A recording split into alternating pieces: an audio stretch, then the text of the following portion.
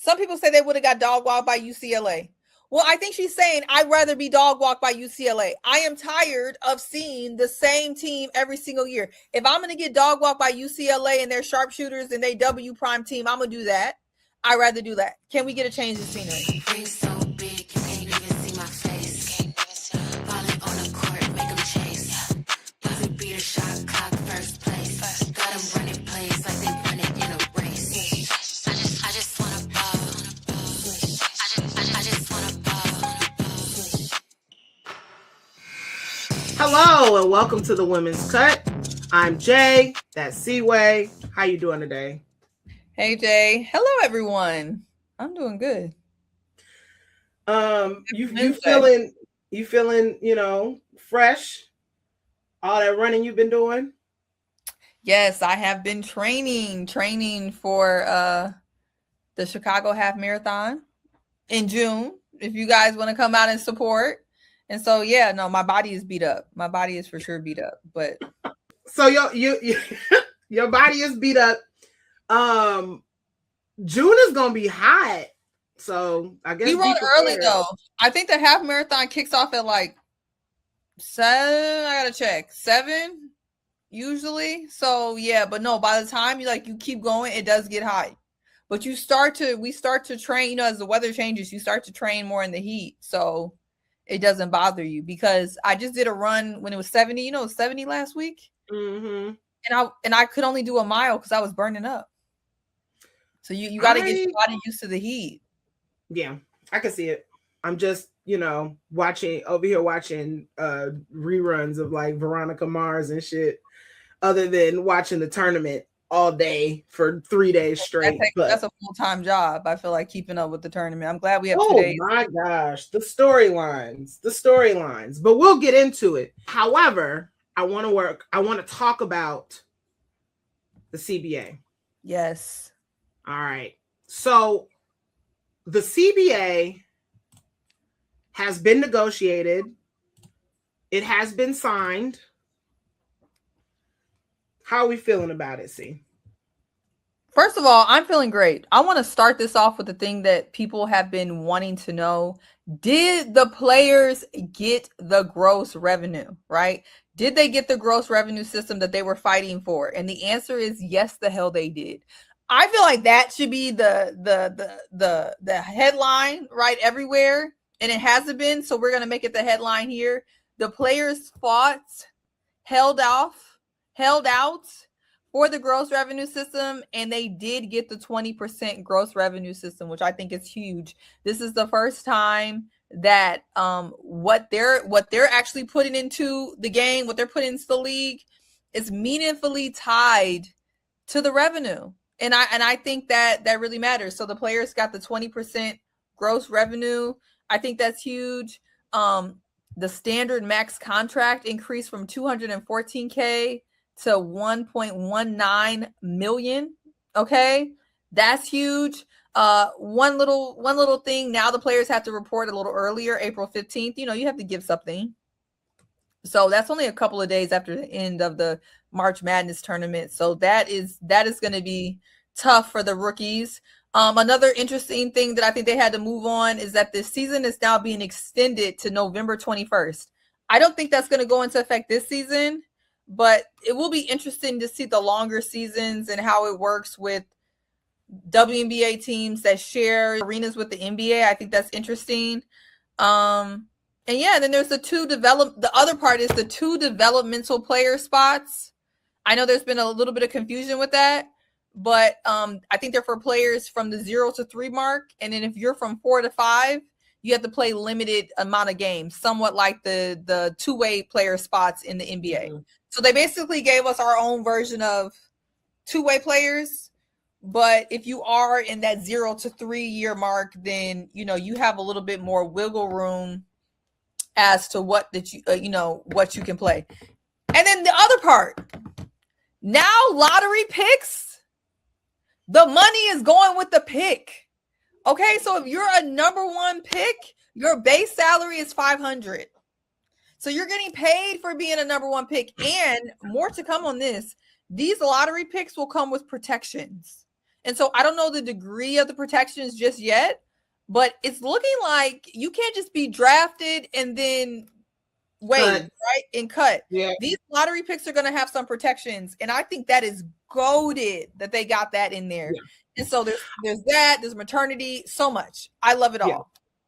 I'm a fan of the lottery pick protections because we saw so many good players get cut because some teams are extremely stacked. Right? You have the Lynx, the Aces, who cut very, very good players. Right. So those developmental spots are going to be extremely important, especially protecting those lottery picks. They might not be ready, but we have seen the injuries have increased. So you have teams that, like when Fee went down, right? They could have used those extra two people. They didn't have any. They didn't have anybody to fill that spot, and that was a very big loss. Now, can you fill Fee's shoes? No, but you could at least have a body there that can do some of the things that Fee can do. So, I think that this is going to make for a much more competitive league. The ladies are happy. They're excited. They looked out for older players, retired players. Now, did they get as much as I think that they should have gotten? No, but they got something. Right. So that was a very well negotiated situation, and I'm excited that the women, like I said before, doing things that other folks can't do, avoided a work stoppage, and got a major CBA win. Yeah. And shout out to the Black women too that led this charge. They worked tirelessly. Alicia Clark, NECA, right? Fee, Breonna Turner, right? Will. I mean, the list just goes on and on. The executive director of the WNBPA, Terry Carmichael Jackson. So it's just the hours upon hours upon hours that was donated to this cause. And and if I left off somebody, I apologize. But yeah, I just feel like they did so much to make a difference. Like you said, not only for the players now, but the players to come and players that will soon retire. The moms, right? The moms now, there's more stuff for the moms. The additional things that the teams have to carry. You're no longer allowed to be a poverty franchise. You need to have the doctors on staff, the athletic trainers on staff. Like, you need to have it all. And so I love that. I love that too, because maybe that means the Sky will sell their team to Melody Hobson. Like, I really want them to. But that's another conversation for another time. Well, I will, it is, but I will say it's going to be really interesting for teams with under this new CBA will not be allowed to kind of skirt the bottom. But the WNBA did approve this unanimously as well. And so it seems like everybody understands what is going to be required of them. Yeah. And it's a really good time for these expansion franchises to be coming into the fold, especially with the longer year. I'm very excited about how games are going to stack up, because it was very uneven. Like, even in conference, there was no consistency as to how many times you were, like, a set amount of times that you're generally going to see a team. Since there was only 8 teams, it wasn't a lot to kind of go around. So I'm very excited about how the year is going to stack up as far as who you're seeing, how often you're seeing. Are you going to be able to build a rivalry, true rivalries?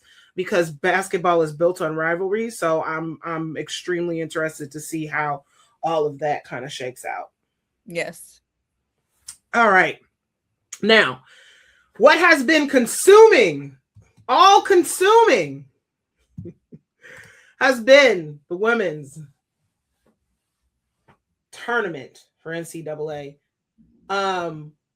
There have been some really good games, and there have been some absolute stinkers. Yeah. Absolutely. You kind of have to do all them people like that LSU just putting up 100-point game after 100-point game. Dawn's kids just BTA, the UCLA, BTA. What you expect your number ones, your number 2 seeds to do, your number 3 seeds to do, except for Iowa. Yeah. How are you finding the tournament, girl? I think the tournament is really good. I mean, still in the women's tournament, we're not having as many upsets as, we typically have. And so, that we would like to have. I know the women's tournament, we've been hoping that with the parity, that there will be more upsets. We haven't seen a lot. We have seen Virginia come through with the big upset of the tournament. And I'm sorry, Virginia, I was unfamiliar with your game. I would like to wholeheartedly apologize. I didn't have y'all coming out of the first 4. That's on me. I knew Georgia was going to lose to whoever it was, but you did say that. I did not know it was going to be their way in, and they have showed out, right? And so we have that Iowa losing. I've seen really good games from them. I've seen really bad games from them. And so I'm not going to say I'm just completely surprised. Of course, in the tournament, you want a few more upsets. But I really enjoyed. Hannah has played her butt off, really great game. That Notre Dame Iowa game was phenomenal. We've had some good games. I'm like, this girl she almost fucked around and had a triple-double. Off of steals. Baby girl had 8 steals, 12 boards, like 27 points. She went crazy. I was legitimately live texting you the game like, this girl is nuts right now. She got something to prove. I think the tournament starts now, though. The tournament really starts with this Sweet 16. I'm definitely expecting not many upsets, but some. I think TCU may struggle. I don't have a lot of confidence. Virginia's defense was the difference in all of these. Like, if you look at the scores were close, but it was because Virginia was relentless on defense. They out rebounded, they outworked. Now Iowa is still built outside in. That's still Caitlin's. There's still remnants of Caitlin.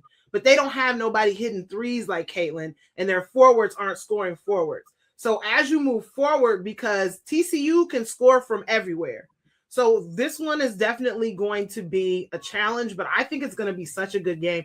And I think that those girls are playing with a chip on their shoulder because nobody thought that they would be here. And I love those types of Sweet 16s. And I'm going to take a little break here and do a little quick leading lady situation because I was extremely unfamiliar with the game of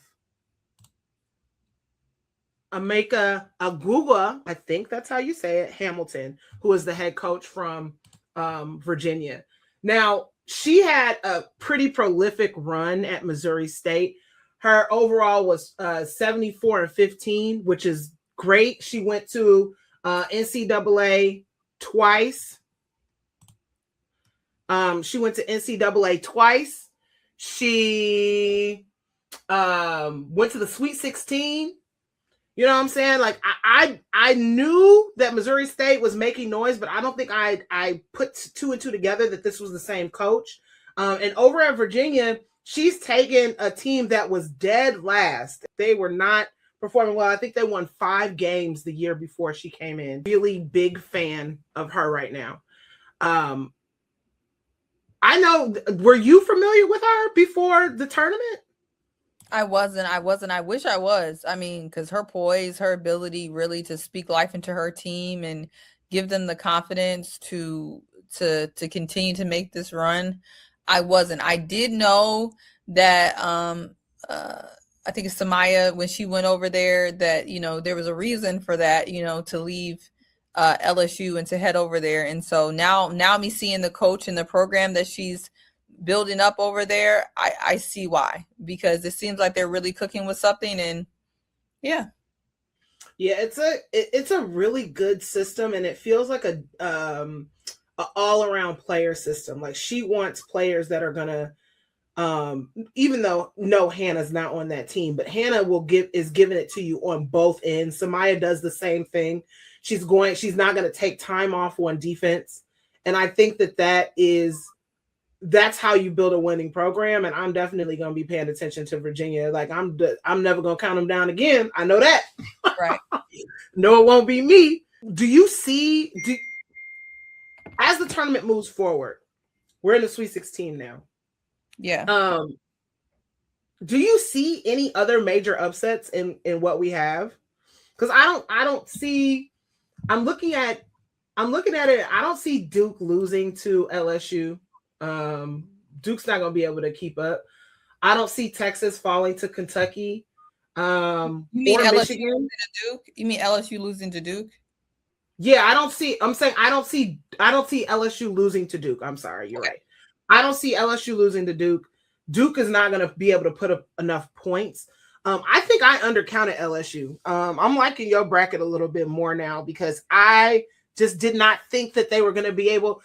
Them girls, once one of them lose concentration, is done. But they are so locked in. Michaela has heard what we've asked of her. Okay, and Michaela has clocked in, and I don't think she's clocking out. No, the only kind of upsets I can see. Virginia's kind of on a tear. I can see them giving TCU some trouble.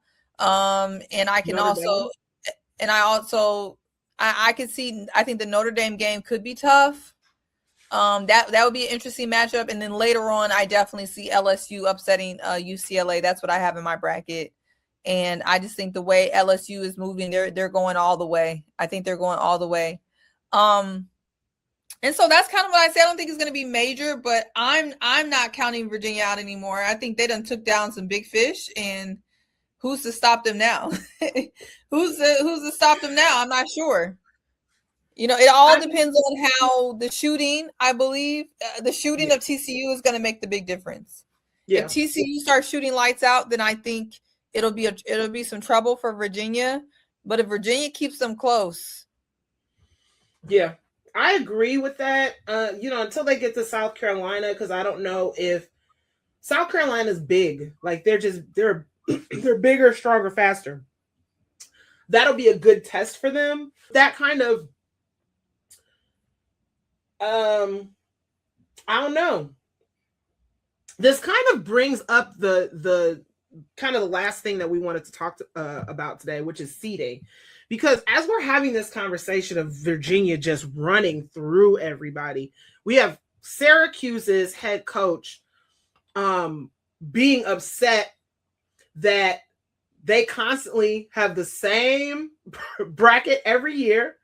They're a second game out every year because they're going up against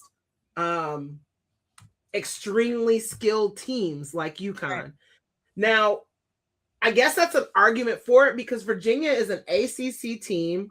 They're playing teams from other conferences that have not seen them. So that gives them a decided advantage because I can watch tape on you all I want, but if I've never seen you before, it's my system versus your system. Do you think that she has a point? I do. I actually think I've thought about this. I didn't make an initial reaction because I wanted to think about it. I'm gonna tell you why she has a point by speaking to some of the points that other people are making. Just play better. Just get a higher seed. Just do X, Y, and Z. I think that conversation is minimizing the lack of parity still in the NCAA when some of the best players are still concentrated amongst 2 to 3 teams, right? 2 to 3 teams. Yes, we've had some programs that have come and gone and are at a rise right now. When you're talking about getting into the WNBA, Gino still has the most pull from player 1, even down to player 6 and 7. And so when you're on the fringe, when you're talking about building a really good basketball program, the nation's top talent is at UConn. Full stop. Let's start there. Now, if I'm Syracuse, right, and yeah, I can play better regardless, even at Syracuse's seed, to your point, they have a right one, not to always see the same person in the first and second round of the tournament. Two, not to have to go to UConn's home to do so. The NCAA on the women's side still requires or is still allowing the top seeds to host at home. So if Syracuse is required to go to UConn at home, no one debated that they're the best team in the country. No one debated the fact that Gino still has the talent and still probably has some of the biggest pool to get his kids in the W. So to make a program that's trying to build, that's trying to get better, go to UConn to play the best team at home, I would be irritated by that. Some people say they would have got dog walked by UCLA. Well, I think she's saying I'd rather be dog walked by UCLA. I am tired of seeing the same team every single year. If I'm going to get dog walked by UCLA and their sharpshooters and they W prime team, I'm going to do that. I'd rather do that. Can we get a change of scenery? I don't think that's that bad. They're already both in the East Coast. They're already going to see each other. They're very familiar. I think the tournament, like you said, is very big on the switch up, catching people slipping. Virginia caught so many people slipping. Ole Miss, honestly, until that dog whistle about the Bear Mall, Ole Miss was about to catch people slipping because people weren't familiar with their play.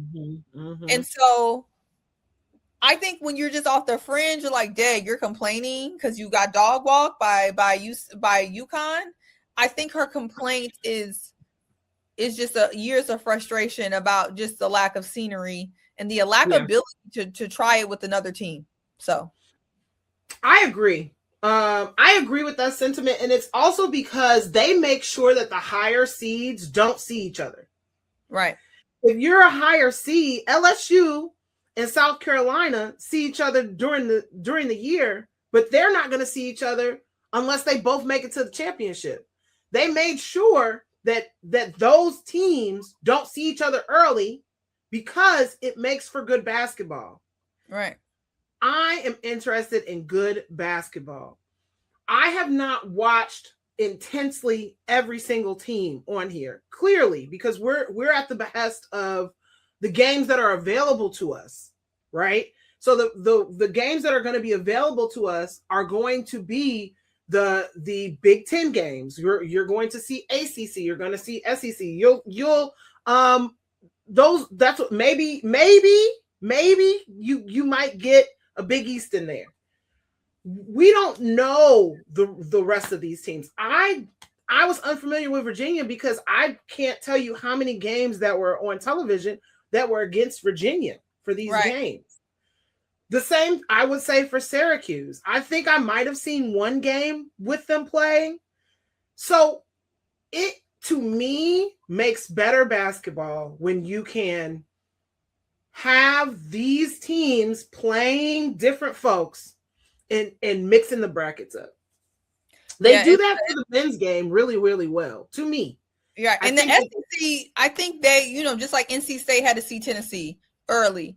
That happens in the SEC because there's just way too many teams in the SEC that make the tournament. Same thing with the Big Ten. They have a lot of people in tournament. But the ACC has less, and of course the Big East has less. And especially when the ACC and the Big East, they play each other a lot. They may see each other a lot. I definitely feel like Syracuse, just because they're close to UConn, does not mean that they need to play them. And I think that's what she was trying to say. Hey, I know we're down the street, but we don't mind traveling. Yeah, we don't mind. Put us on the bus.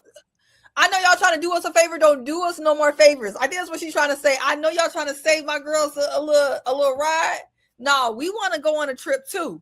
Send us to Cali. We'll go holler at UCLA. And I think that it's better for development anyway. Yeah. It's better for development. And it's down to the Gamecocks. Let us get dog walked by Dawn if we're gonna get dog walked. I don't want to see Gino no more. That's what she's saying. I don't want to see Gino and them no more. I know Gino, I feel you. Because if you come up against UConn, you're going home right now. You're going home. Yeah. And that I feel so bad for 8-9 seeds. I feel so bad for 8-9 seeds because automatically that 8-9, that second round is rough. That second round is rough. I like what I saw from Syracuse, and I definitely feel like the ACC is wide open to me. I hope they use this year as motivation. If Duke was able to come back and win the ACC, I don't see why Syracuse can't put in some work and get to be a better seed. And so they definitely don't have to see UConn again, but or see UConn that early. But I'm loving what I'm seeing from Syracuse. I agree, and this is the other part of it. The tournament is how you recruit. Yeah. If I'm getting dog walked by UConn, it's very difficult to convince some top talent to come. Especially Virginia gonna have, going back to Virginia. Virginia gonna have a great recruiting class next year. And Virginia is a good sell. I think sometimes for Syracuse, it's still a bit regional. You're going to get a lot of people in the region, and of course, you're gonna recruit out. But Virginia, not only are you getting a phenomenal education, the weather is not that bad, and with what they just did in the tournament, why not? And I think she just, nobody wants to, because I think it's also a mental thing for the kids. When you go in against UConn, I hope they didn't feel defeated, but I think a lot of times, like, you feel defeated, maybe. I don't know. I can't speak to them. And I don't think they necessarily played to the best of their ability. I think they could have played better. We saw them play better before. I 100% believe they didn't, because they put 12 points up in the first half. Yeah, that's not a Syracuse team. 12 points in the first half. I honestly think that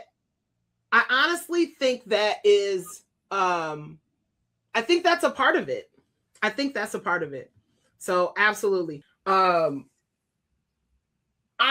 was actually kind of disappointed in Tennessee. Like, when we had our conversation last week, we knew that team is, I don't know what's going on. Like, Pat Summitt, I know for a fact, is rolling around on her grave with that team. But to not start your star player over some type of... No, she wasn't there. Where was she?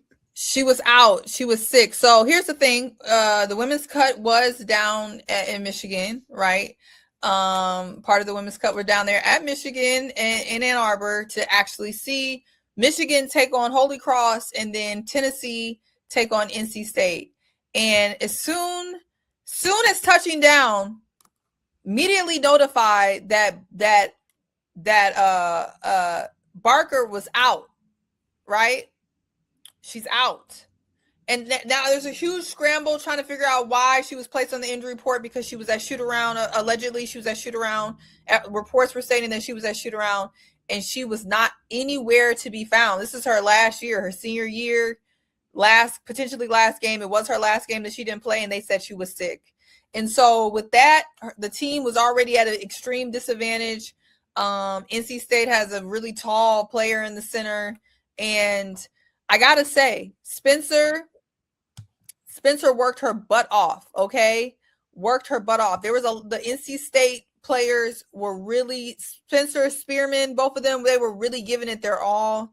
I do think, unfortunately, the game was lost due to a lot of momentum shifts. As soon as the one kind of strong core was really getting the momentum of NC State, it was immediately lost by the substitutions and things like that. I definitely feel like Tennessee fought. I can't say they did not fight to try to win that game, but they just didn't have enough. And since that game, 2 Tennessee players have already hit the transfer portal. I don't know what's going to happen for everybody else. They're going to have to rebuild that team. They're going to have to get them a nice, fresh new coach. I don't think that coach, I don't see her surviving because the entire team is checked out. I just hate to see that program be down bad. But you know what really concerned me? When she reflected on the season, she said she messed up, but not for the reason you would think. She said that she messed up and lost player buy-in because she kind of gave up on her system, meaning mid-season she allowed players to play longer in the game. She didn't do quick rotations, things like that. And I'm like, no, you sticking to the system is the problem, not you giving up on it.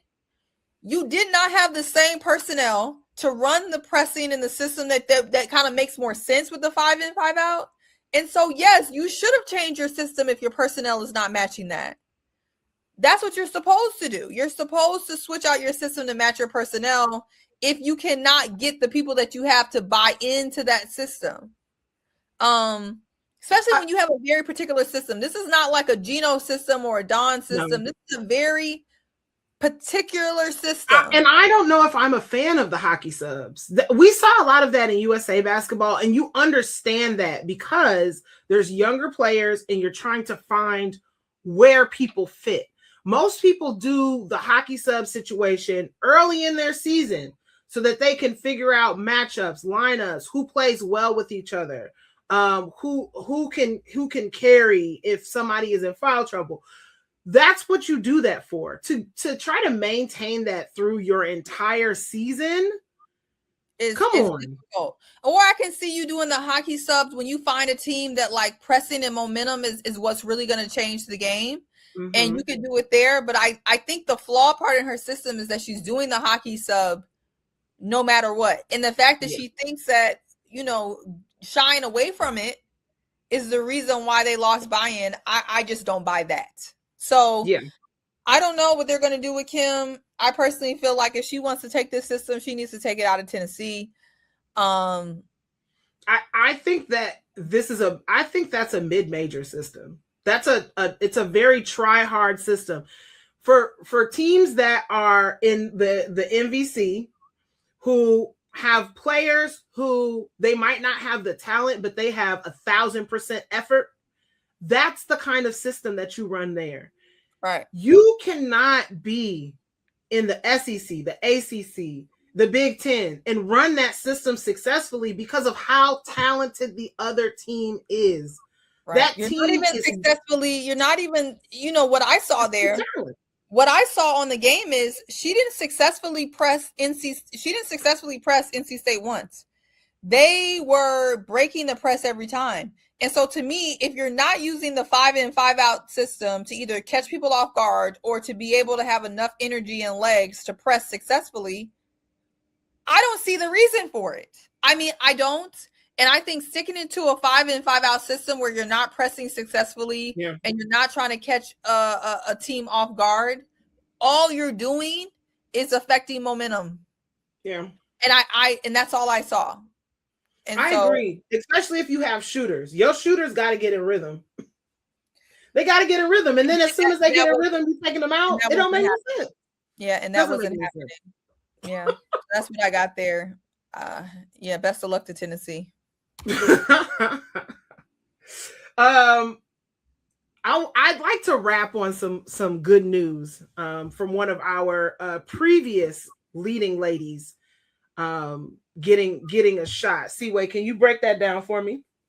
Yeah, as you guys know or may not know, I previously covered the Aces last year. The Women's Cut is covering the Aces this year, and the Aces have some really, really amazing news. One of our favorites, Nola Henry of the Dallas Wings, assistant coach of the Dallas Wings, and head coach of the Roses and Unrivaled, has got a new gig, and she is heading over to work under the Becky Hammond and be an assistant coach for the Las Vegas Aces.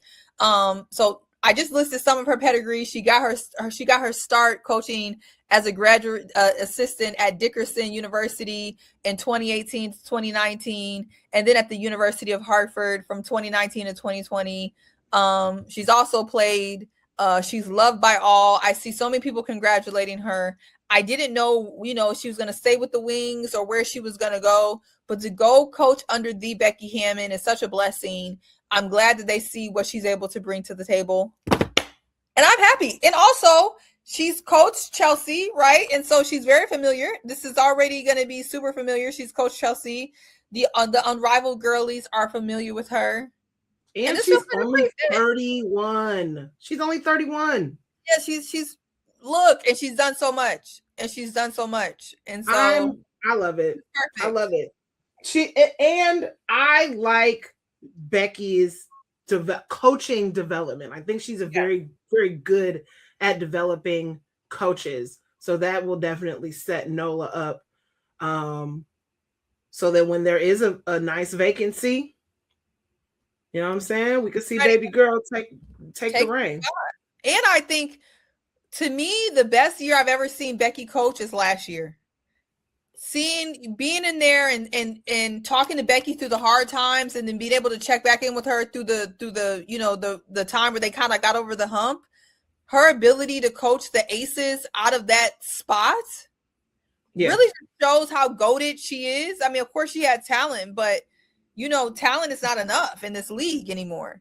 And no, so she had to make them players work for it. Like they had to get. Now she's blessed with a great leader like Asia, but Asia can't do it alone. Nobody can do it alone in the W. Right. She coached her ass off last season. Absolutely. She did. So I'm excited for Nola to be able to pick whatever she can pick from Becky. Whatever she can get from Becky is a blessing. I'm happy for Nola. Congratulations to you, Nola Henry. Well, look, we talked about a lot today. Coaches, the Tennessee program, the good, the bad, and the ugly. But look, don't be mad at us about anything that we said, because it's all in good fun. Just be mad that you made the cut.